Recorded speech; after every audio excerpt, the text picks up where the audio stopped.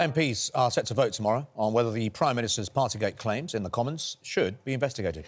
Labour's Deputy Leader Angela Rayner joins us now. Angela, we have had pretty much even Stevens from people at home watching this morning about whether it's time to accept Boris Johnson's apology, accept that he's paid the fine and move on to tackling the things that I know you care about and the country cares about, the cost of living, all sorts of things like that, or whether we need to keep going and push him on it. The reality is, unless Tory MPs vote for this, which you could argue they're unlikely to do, as I see it as a vote of no confidence, it won't get anywhere anyway. So what do you think? Is it time to just accept and move on and start tackling the government from your perspective on what they're doing for other things?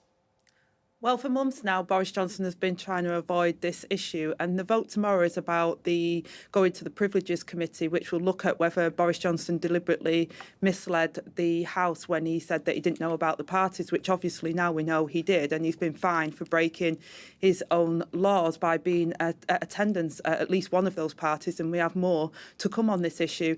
And I don't think we can move on until the Prime Minister is truthful with the House, and he hasn't been. You know, he's tried to avoid this at every opportunity, and he knows, as well as every other MP knows, that if the Prime Minister or any minister misleads the House, it is a resignation issue, and therefore the Prime Minister is trying to avoid that situation because he knows he'd have to resign. And this committee, by the way, that would look at that has a majority of Conservative MPs on it, but it's about integrity in the Commons and integrity in our democratic processes, and therefore it does matter. It matters about going forward on these crucial issues that we face. The point is, though, if you don't get the support of the House tomorrow, which, as Kate said, that's very, very unlikely, if Boris Johnson doesn't resign, which is looking increasingly unlikely, there isn't an inevitability here that we could just be going on about this without anything ever changing. Doesn't it come to a point the Labour Party have to say, right, OK, we've got to address other things and address things that are equally as important, but they need addressing? Sure, and we've been addressing those issues. You know, we've been supporting the government on the situation in Ukraine, the whole House has, and nobody's indispensable. This isn't just about the Prime Minister. This is about the ongoing integrity of the Prime Ministerial office. And this will damage our democracy if the Prime Minister is seen to have broken his own laws and get away with it. It basically tears up the ministerial code and says that you can lie to Parliament and get away with it. Now, this has long-term repercussions for the UK, and that's why it won't go away. This could have been dealt with very quickly had the Prime Minister told the truth and had he fessed up right at the start that he did break his rules. But this isn't just about him breaking his rules. This is about a Prime Minister in office breaking his rules and then trying to lie to the public and lie to Parliament and get away with it. And it will have implications for us long-standing into our democratic processes. But looking at the larger picture, the argument coming from Conservative MPs and Conservative members, and a lot of people actually just out there saying we are effectively in a war with Ukraine, and Boris Johnson has developed a trusted relationship with President Zelensky. If that was to change, Zelensky would have to build that relationship up with Dominic Raab or Liz Truss, whoever it might be. So there is an argument to suggest that actually when you've got that kind of stability between Britain and Ukraine at a very crucial time for Ukraine and Europe, changing a Prime Minister at this point, at this particular moment, won't be a very sensible thing to do. And I'm sure the MPs on the payroll that are trying to defend the Prime Minister will want that argument to go forward. But it's the British parliamentarians that are supporting the people of Ukraine. And I have no question in my mind that whoever took over from Boris Johnson will not only support Zelensky and the people in Ukraine, but will continue to hold office and hold the integrity of that office by knowing full well from this moment forward that we continue to uphold our democracy by saying if you're the Prime Minister of this country, you cannot lie and deceive and break your own laws. I think it's a red line, and I think it's something that will plague our Parliament for many decades to come if the Prime Minister is seen to be able to get away with this. And if he can lie about that, quite frankly, he can lie about a lot of other things as well. You know, I've raised issues in the House regarding disregarding parliamentary committees and advice from our Secret Service regarding appointments to the Lords, and he thinks that he doesn't have to apply the rules, which is a national security threat for the UK, and therefore I do believe that it is a fundamental issue of integrity and honesty in office. One of the things that was raised,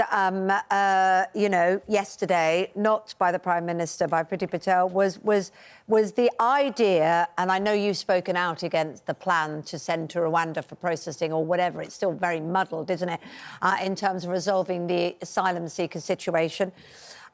Was that actually it was changes that a Labour government made that allowed for the legislation to be in place in order for them to consider this. So what the government has said is, if you have a better idea, what is it? Come and tell us about it, not just to Labour, but to anyone. That's what they've put out there, including the Archbishop of Canterbury. So what is Labour's plan for safe asylum routes? Well, you know, the Conservatives have been in power since 2010. They've had over a decade to deal with this issue.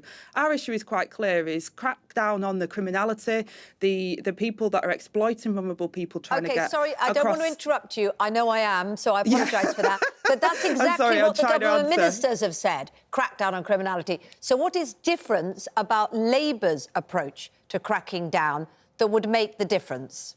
Because we've been working with our allies across France and Europe to ensure that there is safe and legal passage for those that legitimately are able to come to the UK and crack down on the criminality that's happening at the moment. Sending people to Rwanda is not going to crack down on the criminality. And what all the that's going to do is cost the taxpayers more. Abroad? They haven't been talking to them?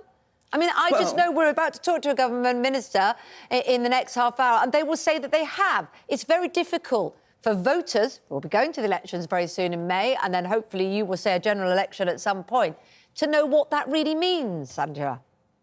Well, it means that, you know, we've seen the government have not been able to tackle this issue. They've not been able to deal with criminality. In fact, we've got a criminal number 10 Downing Street in the Prime Minister, so they've been very weak on law and criminality. We would work with our allies to ensure that we did that and ensure that there's safe passage. Our immigration system under the Conservatives is an absolute mess, and anyone who's had any involvement in it knows it, including the safe passage that we were trying to set up for the Ukrainians.